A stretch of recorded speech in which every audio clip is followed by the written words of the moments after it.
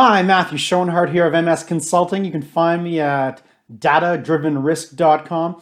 Today we're going to talk about something that's kind of fun.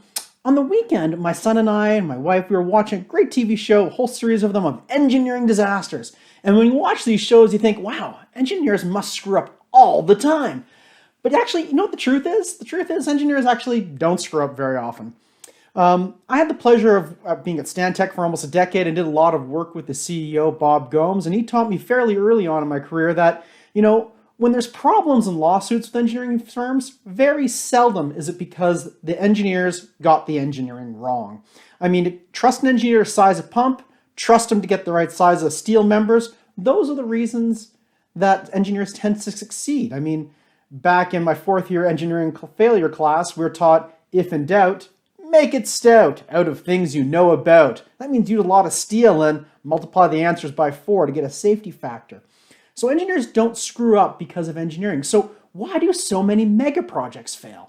Well, often it has nothing to do with engineering at all. It has everything to do with how the project is structured. So we have to worry about boundary limits. What is inside the engineer's scope and what is outside? And often those barriers, those battery conditions, that's what throws engineers off. Another thing what are the deliverables? What's the expectation? What is the scope and properties of the materials we're looking at? If you don't know the specifications or you get the specifications wrong, engineers are going to design the right thing, but it's not going to do what you want.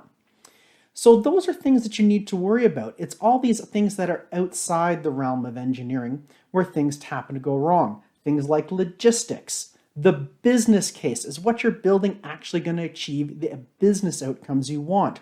What about social and regulatory license? These are things that tend to hang up a lot of mega projects these days. So when you're thinking about risks, don't think about the cataclysmic bridge failures we've seen on a TV. Think about the things you're doing as a business that causes uncertainty in the engineer's world, and then make sure the engineers have all those other things that feed into it, and those other things, specifications you might call them, are correct. Thanks very much for listening. It's Matthew Schoenhardt at datadrivenrisk.com.